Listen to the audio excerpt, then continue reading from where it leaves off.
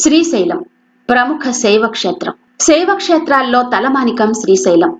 కురుక్షేత్రంలో లక్షల కొద్దీ దానాలు చేస్తే, గంగలో 2000 సార్లు మునిగితే, నర్మదా తీరంలో అనేక సంవత్సరాలు తపస్సు చేస్తే, కాశీక్షేత్రంలో లక్షలాది సంవత్సరాలు నివసిస్తే లభించే పుణ్యం శ్రీశైలం క్షేత్రాన్ని ఒక్కసారి దర్శించడం ద్వారా పొందగలము అన్నది ధార్మికుల నమ్మకం. భూమి మీద వెలిసినటువంటి కైలాసం శ్రీశైలం అని వర్ణిస్తారు. 12 జ్యోతిర్లింగ క్షేత్రాల్లో శ్రీశైలం ఒకటి. ఆదిశక్తి కొలువు తీరిన 18 శక్తి పీఠాల్లో భ్రమరాంబికాదేవి వెలిసిన ప్రాంతంగా కూడా శ్రీశైలానికి ప్రత్యేక స్థానం ఉంది. 18 మహాశక్తి పీఠాలలో శ్రీశైల భ్రమరాంబిక శక్తిపీఠం రెండవది. అందుకే శ్రీశైలం భ్రమరాంబ మల్లికార్జున క్షేత్రంగా ప్రసిద్ధి చెందింది.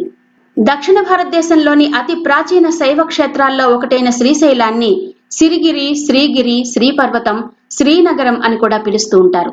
శ్రీశైలంలో కుల, మత, జాతి భేదాలు లేకుండా గర్భగుడిలోకి వెళ్లి శివలింగాన్ని చేతులతో స్పృశించి దర్శనం చేసుకునే అవకాశం ఉంటుంది. భక్తులందరూ గర్భాలయంలోనికి వెళ్లి అభిషేకాలు చేసుకోవచ్చు. అయితే శ్రీశైలం గర్భాలయంలో ఉన్న మూల విరాట్టు మహాలింగం చాలా చిన్నదిగా ఉంటుంది. శ్రీశైలంలో శివలింగం ఇలా ఇంత చిన్నదిగా ఉండడానికి ఒక పురాణ కథనం ఉంది.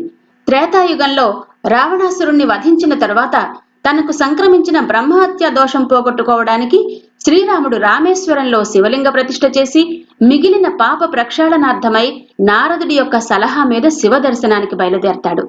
అప్పుడు శివుడు శ్రీపర్వతం మీదున్నాడు. ఈ విషయాన్ని నారదుడు శ్రీరాముని చెవిలో వేశాడు. ఆ వెనువెంటనే శ్రీరాముడు నీ దర్శనానికి వస్తున్నాడని శ్రీపర్వతం మీదున్న స్వామికి ఉప్పందించాడు. దాంతో రాముడి కంట పడకూడదు అన్న తలంపుతో శివుడు శ్రీశైల భూగర్భంలో సంచరించడానికి పూనుకున్నాడు.